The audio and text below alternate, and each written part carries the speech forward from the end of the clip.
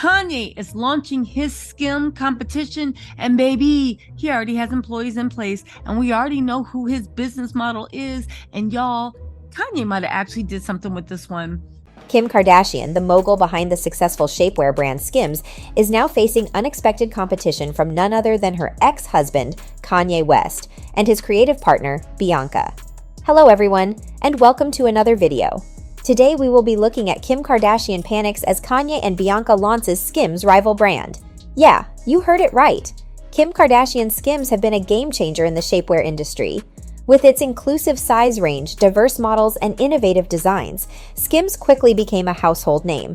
But with success comes challenges, and the latest one for Kim is closer to home than she might have expected. I understand that it's been quite a noteworthy week with a lot of focus on Kim and Kanye. Interestingly, Kanye seems to have undergone a significant transformation.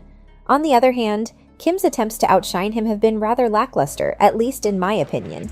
It's worth mentioning that Kim has assumed a role that could be likened to a patron saint for brands commonly found in stores like TJ Maxx, Ross, Off Fifth, Saks Fifth Avenue's outlet, and The Rack by Neiman Marcus. In fact, Kim recently made an announcement about her involvement in reviving the reputation of Dolce & Gabbana. However, let's be candid here. Who is really embracing Dolce & Gabbana these days? I'm not referring to vintage pieces or items from the 1990s that have been tucked away in someone's closet. Dolce & Gabbana has had its challenges. Consider their peculiar display involving purple curtains in Italy. Has anyone genuinely purchased these Dolce & Gabbana products? I'm quite curious to see their sales figures. However, Marc Jacobs has chosen her as the face of his brand. Marc Jacobs, the primary lifeline for TJ Maxx, Ross, and Marshalls. Marc Jacobs, known for bags that she might as well have considered aligning with Michael Kors could have been a wiser move. At least Michael Kors brings a bit of flair. He has a knack for capturing the right inspirations. Marc Jacobs could be seen as an elevated Kate Spade, and I don't intend that as a compliment. Kate's direction seems to be this way. I assume that since Demna conveyed to Kate that Kim isn't a welcomed figure, she responded by affirming that Demna didn't propel her into fashion. She'll persist in her endeavors for those who truly understand fashion. Because, as we recall, Demna rather dismissed her last week, asserting that Kim doesn't represent Balenciaga. So Kim embraced the Marc Jacobs 2023 campaign, possibly to clarify the origins of a synthetic leather and plastic 350 purse. Not Telfar, but then again, it's common knowledge that Marc Jacobs offered the most lucrative deal. This is why Kim went ahead with it. Reports suggest that Kim's recent foray into the fashion scene puts her in the spotlight. She's aligned with Marc Jacobs. The trio of images unveiled by Marc Jacobs showcases the founder of Skims, styled by Alistair, adorned in an abundance of polka dots and leather pieces. Who is the intended audience for this chaos? Someone must be an apt model for this, although it seems they are willing to engage in anything. Anyhow, my dear folks, why concern ourselves with that? Let's delve into the current events. Kim is actually making an effort to popularize the Marc Jacobs bag, the one that resembles a fake Birkin and boldly claims to be a tote bag, even though it lacks genuine leather. It's truly beyond my comprehension. However, guess who can comprehend it? I shall reveal to you who can. None other than Yeezy, my friends. Kanye is on the verge of a significant takeover, and we have substantiation from a post that has since been removed. Yes, the proof was in a post that got deleted. It stated that this insight came from Dov Charney, correct? These digital notes were shared by Dr. Noah, and good morning to you all. Nas, distinct from the rapper Nas, is a member of the Los Angeles apparel team as well as part of Kanye's crew. This detail was directly communicated by Dov Charney. Remember that name, Dov? Nas is an employee bridging the gap between Los Angeles apparel and Yeezy, facing certain challenges that demand immediate attention. Now, why would they need to address business matters with him? And who is this Dov Charney, you ask?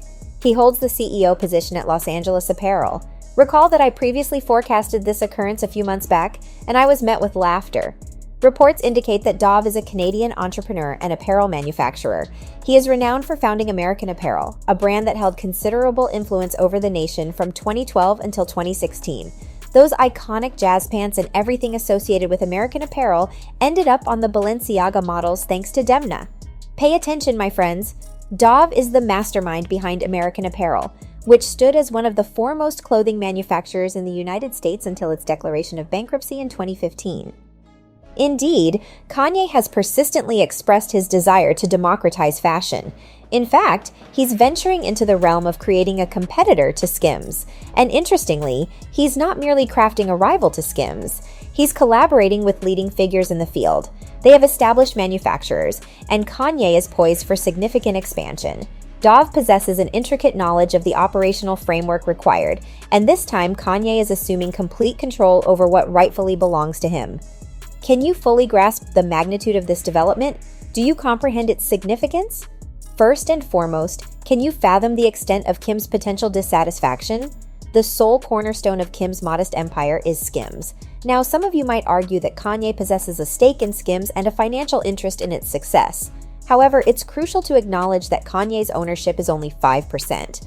While 5% is a significant share, it's important to recall that Kanye made the conscious decision to disassociate himself. It's worth noting that Kanye also turned down a $1 billion deal with Adidas because of their insistence on exerting control over him and imposing stricter contractual terms. I'll be creating a video to delve into this matter further. I believe I have some insights into why Kanye West made this choice, but it's essential to recognize that it was his deliberate decision. He distinctly learned from his past experiences, realizing that if someone could strip away $1 billion from him, terminate contracts, and subject him to various manipulations, then, as he embarks on a resurgence, why would he entrust such authority to anyone else? Sway provided the answers. He's taking charge of everything under his own banner. Indeed, we have that information, yet what else is in our grasp? What additional insights do we possess? He consistently shared his concepts, marketing strategies, and clothing designs with Skims, essentially treating it as the unofficial extension of Yeezy. However, now that he's undertaking everything independently, with Bianca serving not just as his muse but also as his creative partner, he's adopted the stance of self-reliance. He's orchestrating clothing projects and reviving his shoe ventures. Remember when Kim introduced those perplexing concrete bath products that lacked any coherent rationale? I mean, who would actually pay for a concrete toothbrush holder from Kim Kardashian? It's rather nonsensical. One could easily find such items at stores like Bed Bath and Beyond. Recall the time when Kanye secured Yeezy's industry's trademark. He aimed to encompass a wide range of offerings, spanning from home goods to personal care items to nourishing the soul. He even contemplated entering the food sector. His commitment to these ideas hasn't wavered, but his initial stride is to reclaim what rightfully belongs to him. It's crucial to keep in mind that his ownership of 5% in Skims remains intact, and let's not overlook the fact that he was significantly perturbed to discover that Kim had assigned him the smallest share within Skims. Jared Kushner's brother received a higher percentage, if I recall correctly. Kanye was granted the smallest share of ownership in Skims, a fact that left him noticeably disgruntled. Even if some argue that Skims carries significant value, Kanye has garnered valuable insights from his past experiences. Having walked away from lucrative Adidas deals worth billions, what significance does 5% ownership in Skims hold? It's a fraction of what he had previously confronted. You can assert that Skims is an asset, but Kanye has internalized the lesson of maintaining autonomy.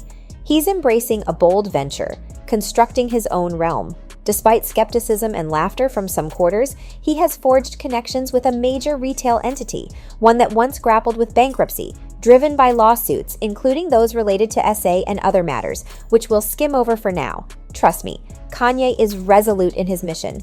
Mark my words, a fashion show is scheduled for September or early October. This event will not only unveil his new album and accompanying visuals, but will also make these offerings widely accessible. And above all, let's hark back to the one issue he repeatedly voiced concern about. Allow me to conclude with this thought, and I'll elaborate further later. I recall Kanye's consistent grievance during his time with Adidas. He desired Yeezy to be affordable. He envisioned the slides being sold for $1.50, ensuring accessibility for all. Yet Adidas persuaded him to raise prices for reasons beyond our knowledge. Subsequently, counterfeit versions of the slides emerged. This historical backdrop is well known. In contrast, American Apparel has always maintained affordability, serving as a conduit for creative expression among the masses. So that's all from today's video. If you enjoyed it, remember to leave a like, subscribe, and ring that bell icon so you never miss our upcoming videos. And don't forget to share your thoughts in the comments section. Stay tuned, and we will catch you in the next video.